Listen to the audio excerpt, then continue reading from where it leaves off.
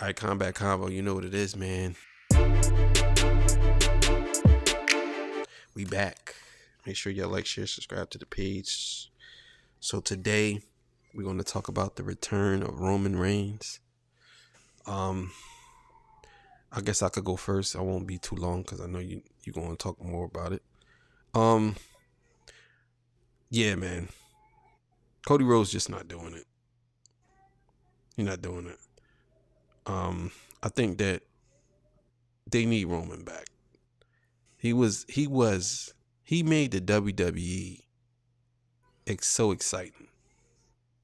Like he made it like I'll be honest with you.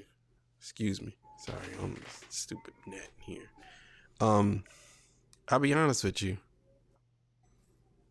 It was boring without him. To me, it wasn't exciting.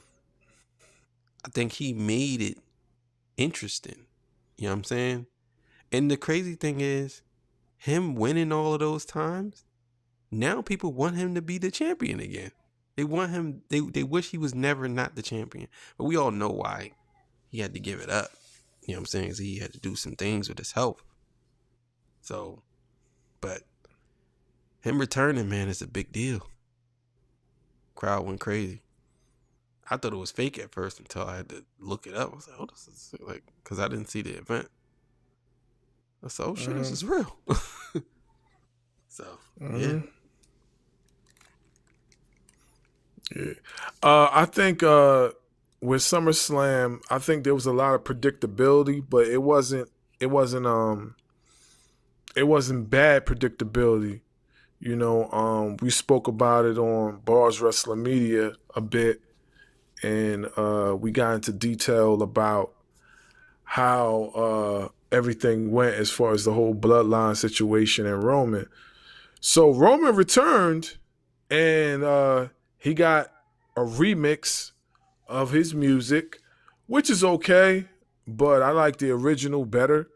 I thought the original was 10 times better because at first the reaction was delayed when his music hit. Everybody didn't know that was him until they looked to the big screen. They seen Head of the Table, then they knew it was him that was coming out. So I feel like WWE might have to work on that because if he's making appearances and there's still people out there that can't differentiate his new music from the original, then it's going to be a problem because it was a delayed response. Literally, the crowd was still quiet until they looked to the screen. It was like, oh, is he here? Is it really him? And then he pops up. It seemed like he toned up a little bit, lost a little bit of weight, and he got cut up, shredded a lot more. I believe it's probably because of health reasons. You know what I mean? He looks good though, in my opinion. He came in there and he is ready to go. He speared Solo. Superman punched him. Few things I want to say though, like I don't necessarily believe that, the way the whole story is going with Cody, it's on him, I don't think that it's on him as far as how it's going. I think it's on booking, and things like that.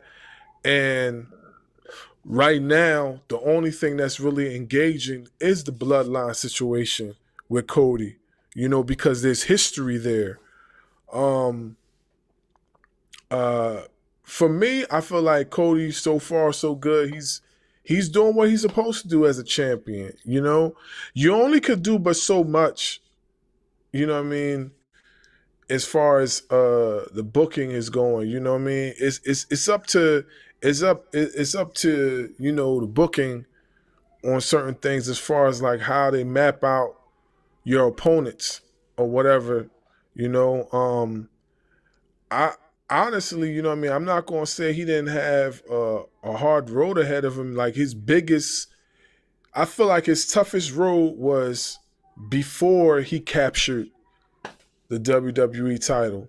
You know what I mean? I feel like everything before that led to this point. I feel like this road is definitely a lot easier for him.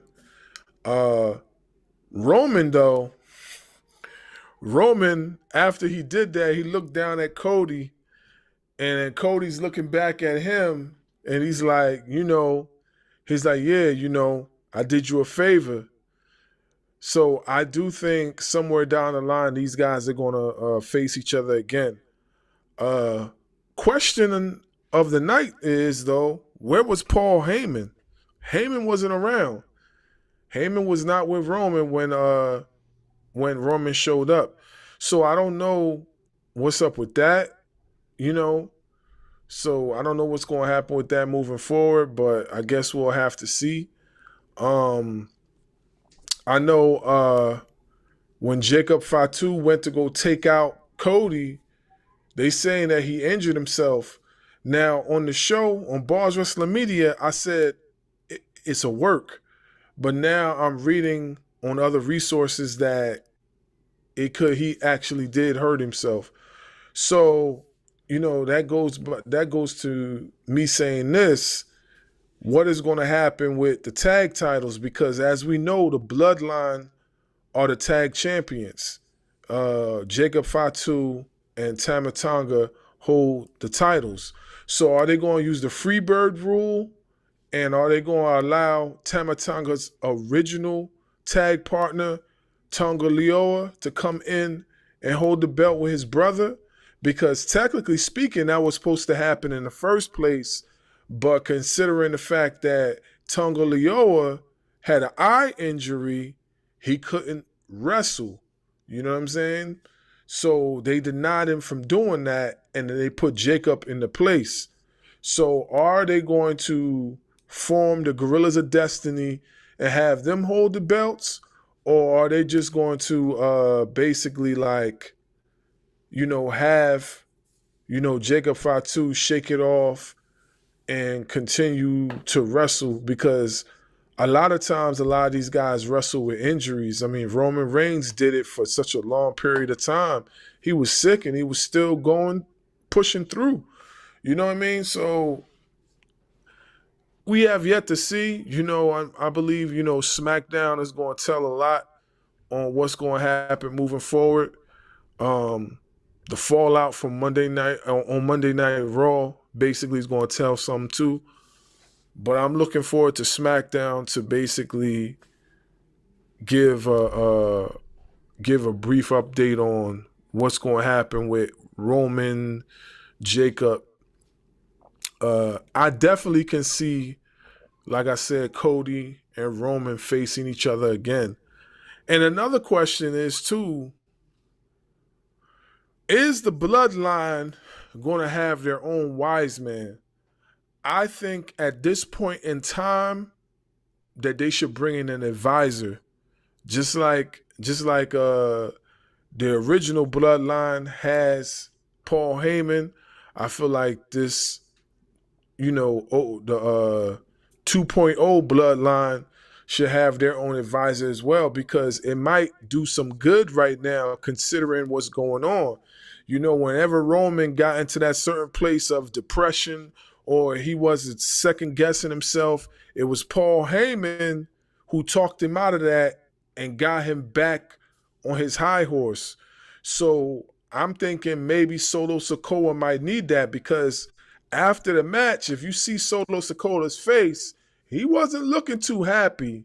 You know what I'm saying? He was looking down on his luck. He was looking like somebody that gambled all his money away.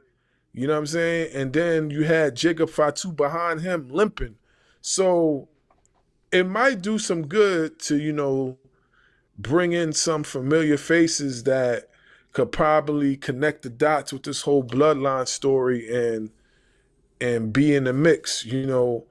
I gave my two. I told you Samuel Youssef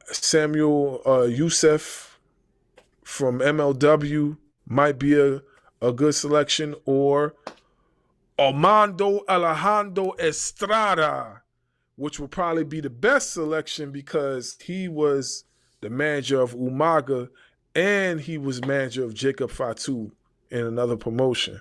So, I think those things should be thought about.